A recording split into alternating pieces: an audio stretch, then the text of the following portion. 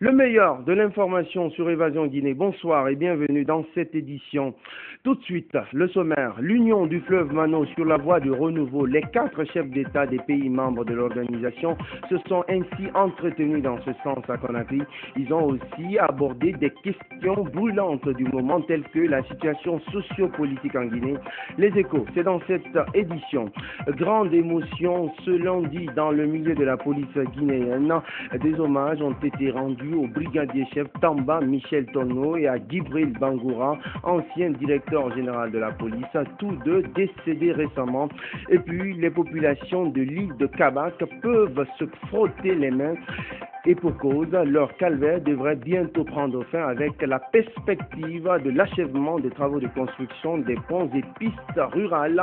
Voilà, mesdames et messieurs, pour le sommaire, encore une fois, bonsoir et bienvenue à tous.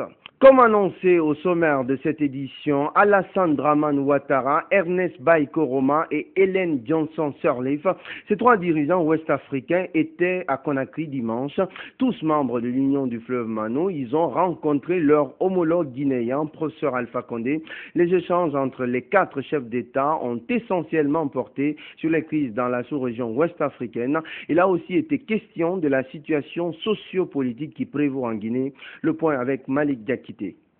Ces différents chefs d'État sont venus discuter des questions relatives à la redynamisation des relations entre les pays membres de l'Union du fleuve Mano. Après des heures de discussion à huis clos à la résidence des Cases de Bellevue, ces 4 dirigeants de pays de la sous-région ouest-africaine ont dans un communiqué conjoint évoqué la situation qui prévaut au Mali et en Guinée-Bissau.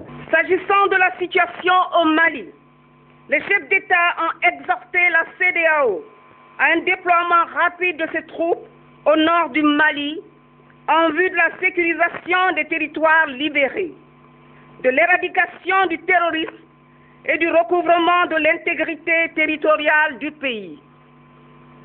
Concernant la Guinée-Bissau, les chefs d'État ont réitéré leur soutien indéfectible à leurs frères et amis, son Excellence, professeur Alpha Condé, pour la confiance renouvelée en lui par la CEDEAO, en qualité de médiateur dans le règlement pacifique de la crise dans ce pays. Les 4 chefs d'État ont ensuite conféré avec la presse. Occasion pour le dirigeant ivoirien, président en exercice de la CEDEAO, d'aborder la situation sociopolitique en Guinée. Nous sommes convenus avec tous mes homologues qu'il est important que ce climat de paix se consolide en Guinée, et nous en appelons bien sûr à tous les acteurs pour qu'il en soit ainsi. Le président Condé nous a donné toutes les assurances que c'était bien cela sa volonté et qu'il fallait aller à des élections démocratiques, transparentes, dans les meilleurs délais selon bien sûr les lois et textes en vigueur. Quant à nous, nous estimons que le climat de confiance doit être instauré, renforcé. C'est important de penser tout d'abord au peuple guinéen et la nécessité que tous se rassemblent pour travailler à l'amélioration du quotidien des Guinéens. Le chef de l'État guinéen, professeur Alpha Condé, a réitéré pour sa part son engagement à organiser des élections libres, crédibles et transparentes. J'encourage la Guinée à prendre toutes les mesures pour que les élections soient libres, démocratiques et sécurisées. Et avec le soutien des bailleurs de fonds, notamment de l'Union européenne, nous sommes en train d'aller dans cette voie. C'est les fonds qui organisent les élections, mais je dois veiller à ce que Guinée remplisse toutes les conditions pour qu'il n'y ait aucun problème technique. Le reste, je fixerai la date lorsque la CENI m'aura contacté et qu'ils m'auront proposé une date qui réellement montre que toutes les conditions techniques seront remplies. Voulant afficher manifestement leur unité d'action, les 4 chefs d'État se sont engagés à imprimer une nouvelle dynamique à cette organisation sous-régionale par la réalisation d'infrastructures d'intégration, la construction du siège de l'Union à Freetown et l'atteinte de la sécurité alimentaire dans l'espace Mano River Union. Autre facette de l'actualité, la commission mixte mise en place par le gouvernement pour recenser les victimes de la manifestation du 27 février dernier s'active sur le terrain ce lundi dans la commune de Ratoma. Des marchés de Taouya, de Petit Lac ainsi que la société Civita ont été visités par les membres de cette commission. Une vingtaine de boutiques et magasins ont été recensés. Reportage Aboubakar Arafan Kamara. Cette commission mixte a pour but de sillonner la zone de Ratoma afin de recenser les victimes des actes de vandalisme et de pillage durant les événements que la capitale a connus lors de la marche organisée par l'opposition. La commission spéciale de Ratoma, conduite par la représentante de la dite commune et des représentants du ministère du Commerce et de l'Industrie, se sont rendus tout d'abord au marché de Taouya où plusieurs boutiques ont été brûlées et vidées de leur contenu. Les commerçants désemparés s'expliquent. Je venais me débrouiller ici pour aller à l'université. Mais malheureusement, comme vous le constatez vous-même, il y a eu un incendie ici, donc il y a eu beaucoup de dégâts. Au niveau du Petit Lac, le constat est très alarmant. Des conteneurs, des boutiques contenant des articles de tout genre ont été consumés et emportés par des inconnus. C'est le président qui a ordonné au ministre du Commerce de faire évaluer tout ce qui a eu des problèmes cet événement. Nous avons fait un devis qui vaut pour qui était dedans. Maintenant, nous avons évalué. C'est cette évaluation-là que nous avons à main. Dans le quartier Koza, la société Civita chargée de contrôle technique n'a pas aussi été épargnée. 2 conteneurs remplis d'équipements, des camions et 50 tonnes de ciment ont été vandalisés. L'ingénieur venu de l'étranger pour faire le constat des pertes que la société a subies n'en croit pas ses yeux. Le directeur de Civita se dit confiant et porte tout son espoir sur le gouvernement. On avait 2 conteneurs remplis de moteurs et de matériel prêt à être installé. Je me rends compte aujourd'hui que non seulement tout a été brûlé, et ils ont tout emporté. Je ne suis jamais découragé et je pense que je ne me découragerai pas. Surtout que ce cas présent n'est pas du tout et de très loin le vœu du gouvernement actuel. Après l'évaluation des pertes et le recensement des victimes, cette commission doit faire un rapport final pour le déposer auprès du gouvernement.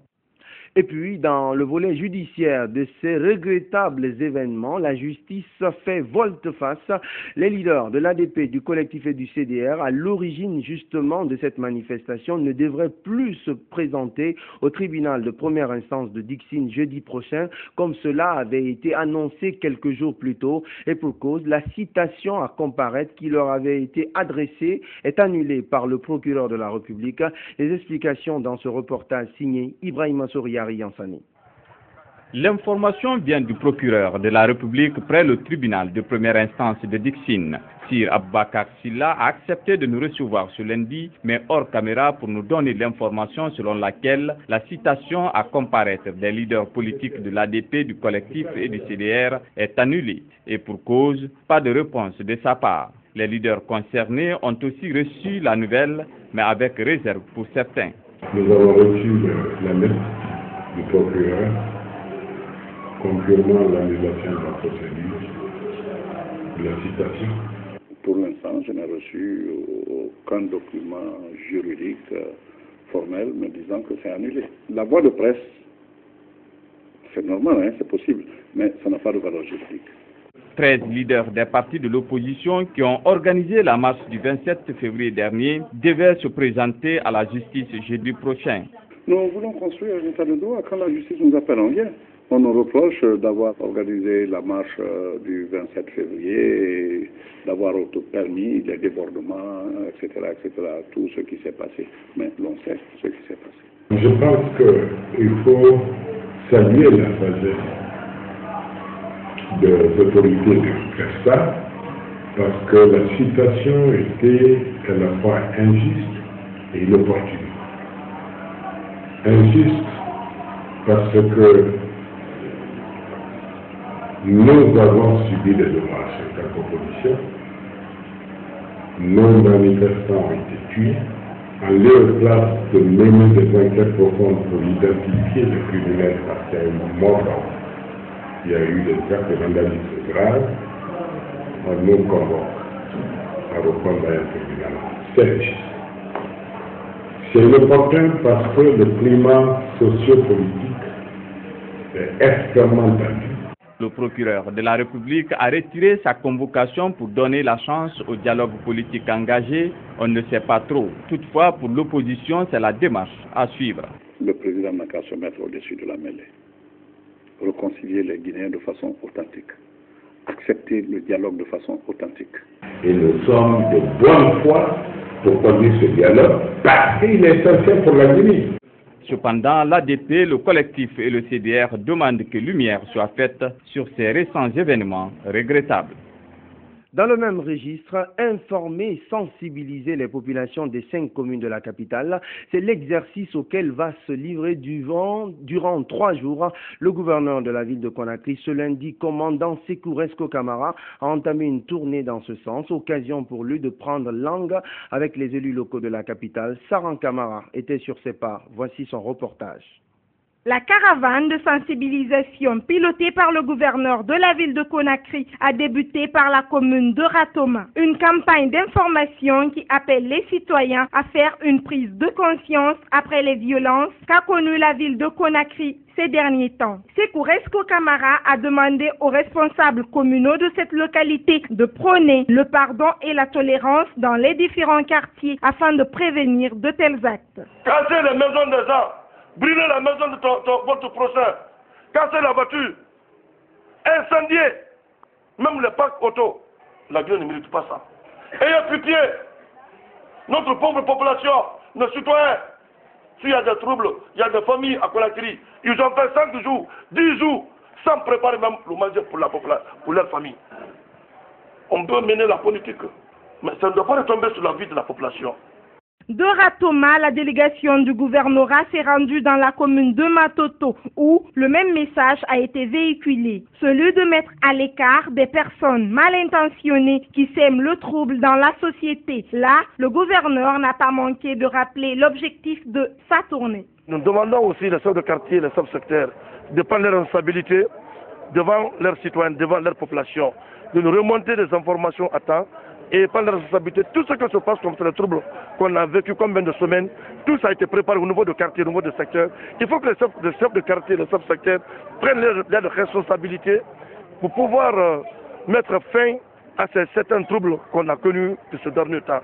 Dans les 2 communes, à savoir Ratoma et Matoto, les élus locaux se sont engagés à soutenir la démarche du gouverneur dans l'intérêt supérieur de la nation, car il n'y a pas de développement durable sans paix. Sur un tout autre plan, début ce lundi à Conakry d'un atelier de formation organisé à l'intention des membres du CNT. Cet atelier est axé sur la facilitation du processus d'adoption du code minier guinéen et ses textes d'application, une initiative du CECID, Centre du commerce international et le développement, qui devrait permettre aux conseillers nationaux d'avoir une meilleure lecture des spécificités du code minier. C'est un compte rendu de Fanta Conté, lu en studio par Alpha Oumar Bari. Dans sa nouvelle dynamique de réforme du secteur minier, le CNT avait adopté en septembre 2011 un nouveau code minier. Ce code doit prochainement faire l'objet de révision. C'est pour mieux préparer les conseillers nationaux à cet exercice que le CECID a organisé ce présent atelier. Pendant 2 jours, les représentants des 9 commissions du CNT qui prennent part à ces travaux seront suffisamment outillés et informés sur le code minier. L'objectif est de faire en sorte que les textes et les dispositions réglementaires soient bien élaborés et bien appliqués. L'objectif, c'est de partager tout ce que la société civile a pu faire dans le processus de révision du code minier. Mais la finalité, c'est que ces conseils aient des outils ou, je dirais, des connaissances supplémentaires sur la gestion du secteur minier pour que le document qui les sera soumis les jours à venir puisse être adopté en tenant compte d'un certain nombre de principes, je dirais des standards internationaux qui prendront en compte l'intérêt national. Cet atelier de partage d'expérience sera aussi une occasion pour les conseillers nationaux d'échanger avec la société civile sur certaines prévisions du nouveau code minier, notamment l'aspect fiscalité et les questions financières. Ces 2 institutions ont eu le souci d'apporter au CNT leur petite expérience de par le monde, de par l'Afrique, pour que nous, les conseillers, nous puissions nous saisir donc de cette révision du code en toute connaissance de cause.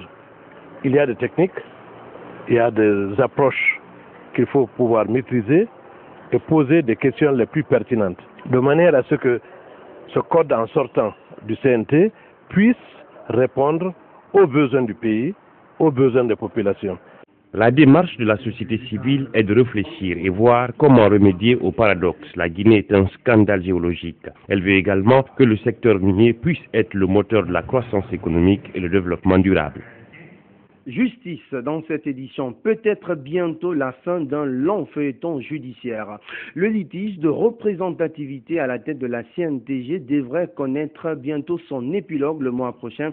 La Cour suprême, plus haute instance judiciaire du pays, vient en effet d'annoncer son intention de rendre sa décision le 15 avril prochain dans le contentieux qui oppose Amadou Diallo à Yamoussa Touré. Les détails avec Fanli Gilavogui. Les camarades Amadou Diallo et Yamoussa Touré pourraient être situés au sujet du secrétariat général de la CNTG le 15 avril prochain par la Cour suprême. Le litige de représentativité qui oppose les deux hommes a été clos ce lundi au cours d'une audience qui a mobilisé les sympathisants des deux factions syndicales. Et l'article 47 du règlement intérieur a été largement abordé devant la plus haute instance judiciaire. Les avocats de Amadou Diallo, les premiers à prendre la parole, ont soutenu que l'article 47 avait été abrogé au 16e congrès de la CNTG. Ils ont en outre expliqué en quoi l'article 47 n'est pas une condition d'éligibilité à la tête de la plus grande centrale syndicale. Première raison, c'est que c'est un article qui a été biffé, il a été modifié. Et cette modification est conforme aux dispositions de l'article 263 du Code de travail. Deuxième raison, c'est que cet article, lorsque vous allez le lire attentivement, vous verrez qu'il concerne les gens qui sont déjà au poste. C'est-à-dire, ce n'est pas une condition d'éligibilité des membres du syndicat. La troisième raison, l'article 47, même si elle n'était pas biffée, ne pouvait pas affecter l'élection de Amadou Diallo. Ces arguments ont été balayés d'un revers de la main par la défense. Cette dernière préconise le respect de l'article 47 qui, dit-elle, constitue le fondement de l'appareil syndical. Amadou Diallo dit qu'il est le seul Guinéen qui a une main mise sur la CNTG. Ou lui, ou pas un autre. Parce qu'il découvre dans cette CNTG-là une vache laitière. Il y a des dispositions constitutionnelles qui ne peuvent faire l'objet d'aucune modification, d'aucune révision. Parce que si on entend État, on entend nation, c'est le socle. L'article 47 aussi, c'est le socle. Le règlement intérieur a été toiletté par Elhadji Amadou Diallo lui-même, il a signé. C'est après ça qu'il a tenté de modifier parce qu'il voulait coûte que coûte s'autoproclamer secrétaire général de la CNTG. C'est de la pagaille, cela est inacceptable, c'est un hold-up. Le procureur, de son côté, a requis la révision du règlement intérieur de la CNTG par la classe ouvrière.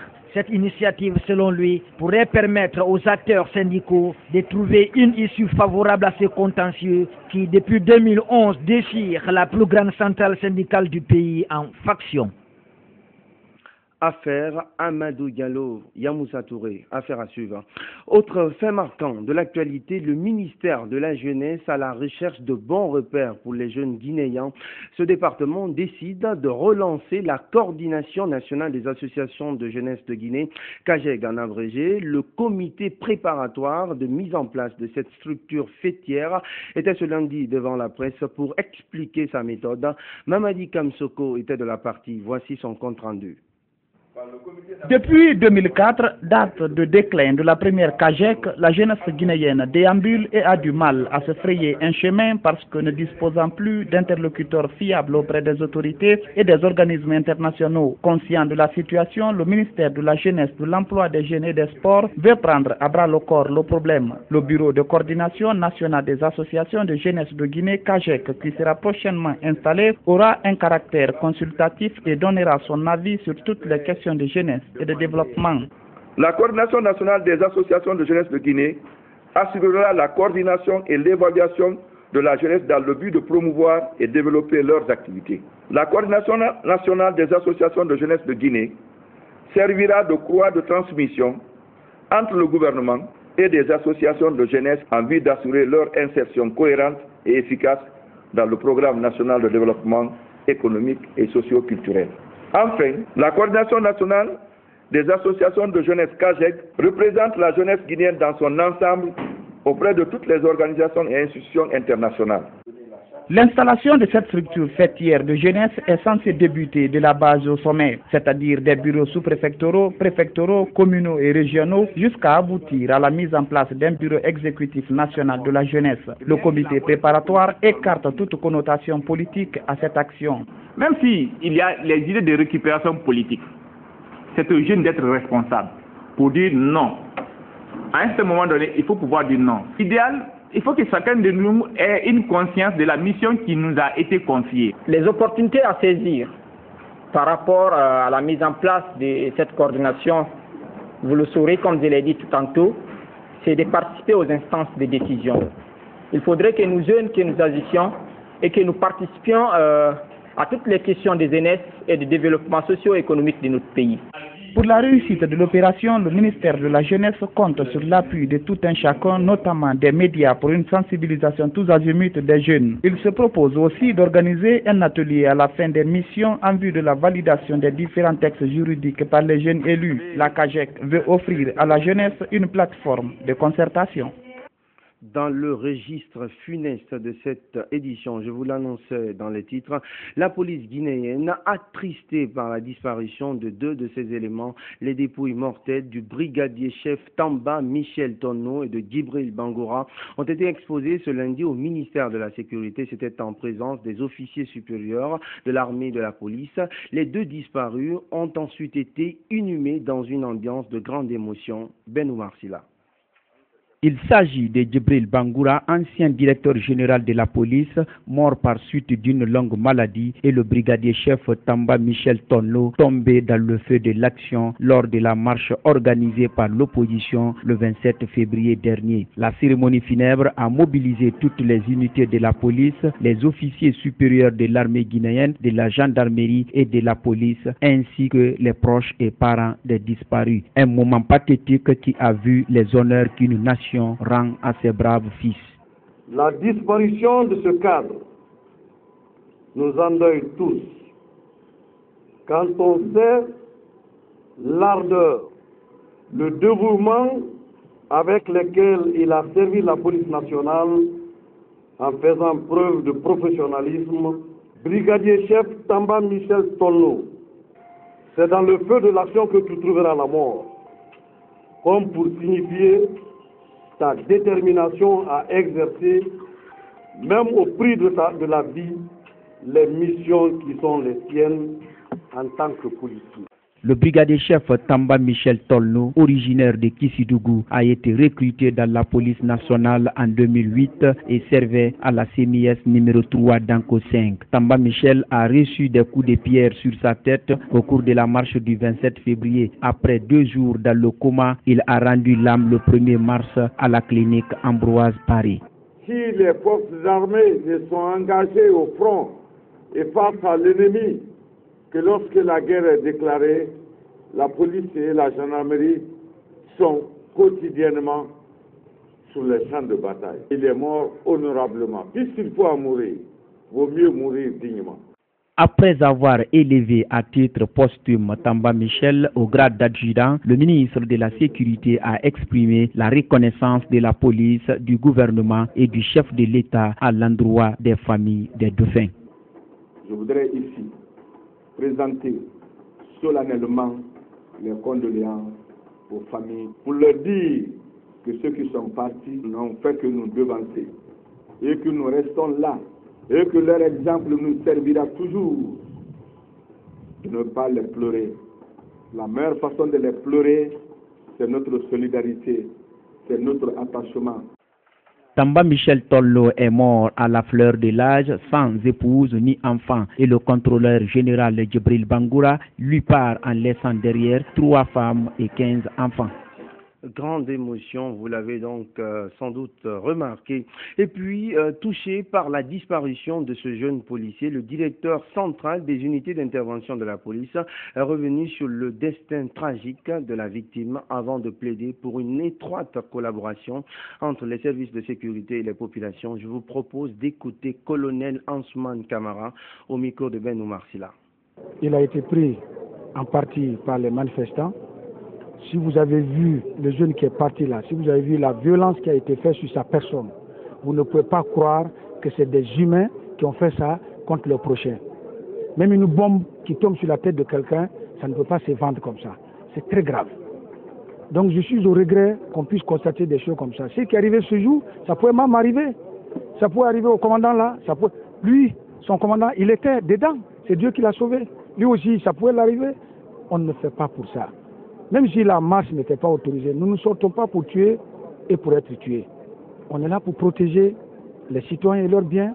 Nous sommes des frères. Comme je le dis toujours, nous ne sommes pas des ennemis. Maintenant, là, c'est fini là. Le vendredi, on a enterré les autres. Aujourd'hui, là, nous enterrons notre mort. Mais après, la vie continue. Quelques jours après, on va les oublier. C'est la famille qui perd. Le jeune, il n'a même pas encore commencé sa carrière. Une toute autre ambiance maintenant, ouf de soulagement pour les populations de l'île de Kabak.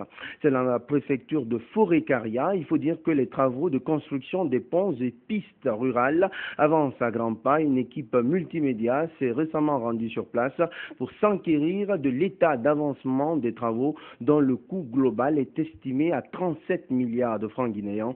C'est un reportage de Fanta Conté.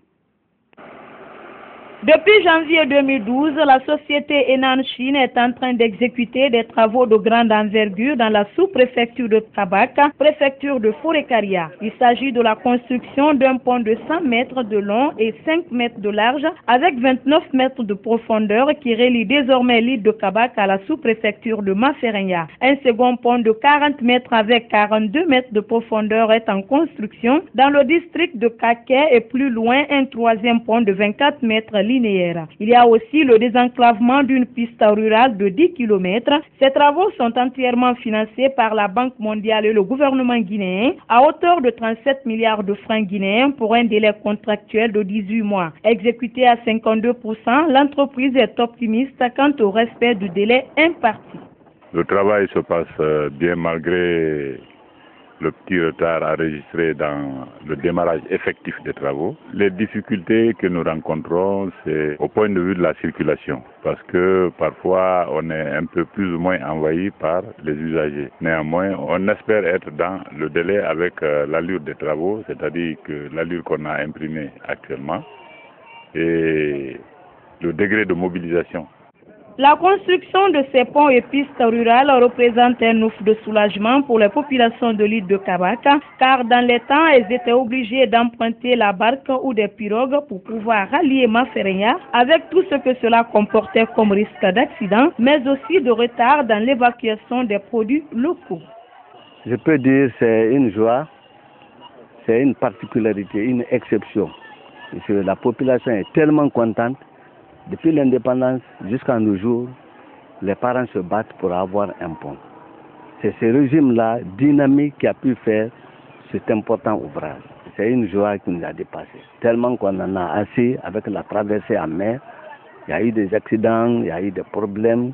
C'est pourquoi, dès que l'ouvrage est rentré, le monde est venu occuper directement.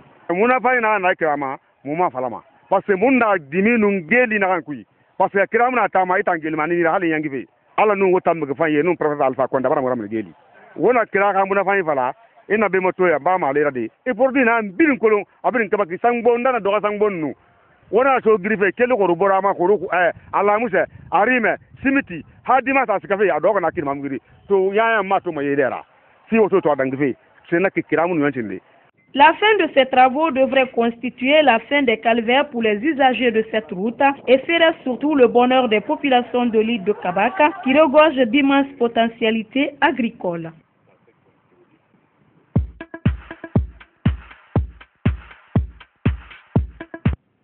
Ailleurs dans le monde, le Vatican s'apprête à élire son 266e pape. Cette semaine, le conclave s'ouvre ce mardi pour désigner le successeur de Benoît XVI. En attendant, les 115 cardinaux électeurs ont achevé ce lundi les congrégations générales qui leur ont permis de se connaître. Les derniers préparatifs de cette élection très attendue dans ce reportage que je vous propose de suivre. À quelques heures du début du conclave, ce sont les derniers préparatifs place Saint-Pierre, comme ici sur le balcon où apparaîtra le prochain pape. Chacun immortalise le moment. Ce jeune couple de Français a le sentiment de vivre des moments historiques. Bah là, il y a des journalistes partout, on voit que tout le monde s'excite un petit peu. Il y a de plus en plus de monde qui afflue autour du Vatican. Voilà, on sent vraiment que l'ambiance, si je peux exprimer ainsi, mais l'effervescence commence vraiment à monter, là, effectivement. Ouais. Durant la semaine du conclave, 100 000 fidèles supplémentaires par jour sont attendus. Ce groupe de lycéens de Vichy est venu passer la semaine à Rome. La visite commence bien sûr par la basilique Saint-Pierre. On leur montre bien évidemment la place Saint-Pierre, on pensait faire le chapelle Sixtine, malheureusement nous n'irons pas accès. Le premier qui trouve la cheminée a gagné. Le premier réflexe en arrivant, c'est de chercher la cheminée de la chapelle Sixtine qui annoncera la nomination du pape. Quelque part par là-bas. Oui, mais on sait pas. Alors, une indication, elle est petite et ce n'est pas si évident à trouver. La dernière fenêtre en haut à droite. Il y a 2 ans, jour pour jour, le 11 mars 2011, un séisme de magnitude 9 a secoué la côte est du Japon. Il provoquait un tsunami puis une catastrophe nucléaire dans la centrale de Fukushima. Entre 15 000 et 20 000 personnes ont péri et beaucoup d'autres furent irradiées. Aujourd'hui, 2 ans après, le Japon a rendu hommage aux victimes. Suivez. 14h46 heure locale, le Japon se fige pour une minute de silence. C'est à cette minute précise, il y a 2 ans, qu'un tremblement de terre de magnitude 9 a secoué le pays, provoquant un gigantesque tsunami et l'accident nucléaire de Fukushima. Comme l'année passée, l'empereur Akihito, qui préside la cérémonie de commémoration à Tokyo, a appelé ses concitoyens à ne pas oublier les victimes et à sensibiliser les prochaines générations. Le Premier ministre japonais Shinzo Abe, élu en décembre dernier malgré ses positions pro-nucléaires, s'est engagé pour l'avenir. Le Japon ne connaîtra pas de véritable printemps tant que le printemps ne sera pas revenu dans le nord-est. Je promets de ne jamais oublier le poids de chaque jour et d'accélérer la reconstruction de la région. Dans ces zones du nord-est japonais sinistrées par le tsunami, le temps s'est également arrêté. Ce 11 mars n'est qu'un jour de deuil supplémentaire pour les proches des 15 880 morts et ceux des 2694 autres personnes dont les corps n'ont jamais été retrouvés. Je sens que mon fils est toujours là, quelque part. Je suis vieux maintenant, mais je veux tenir encore 5 ou 10 ans pour mon fils. Au siège de TEPCO à Tokyo, les employés se plient une nouvelle fois à un exercice de contrition. L'entreprise a été accusée de négligence alors qu'elle gérait la centrale nucléaire de Fukushima, endommagée par le tsunami et d'où se sont échappées des fuites radioactives. Je voudrais encore une fois m'excuser du plus profond de mon cœur pour tous les désagréments, les peurs et les souffrances que nous avons causées. Il faudra 40 ans pour démanteler les réacteurs de la centrale de Fukushima, alors que des cas de cancer se multiplient dans la zone. Dans l'ensemble du pays, 2 ans après la catastrophe, 315 000 personnes sont toujours abritées dans des logements provisoires. Émotion et grande émotion et grand recueillement bien évidemment pour la commémoration du 2e anniversaire de cette triple catastrophe qui entre encore bien des esprits au Japon. C'est ainsi que se referme cette édition d'information. Merci de l'avoir suivi et excellente suite de programmes à notre compagnie. L'info, c'est aussi notre site internet www.groupeevasionguinée.info. Bonsoir.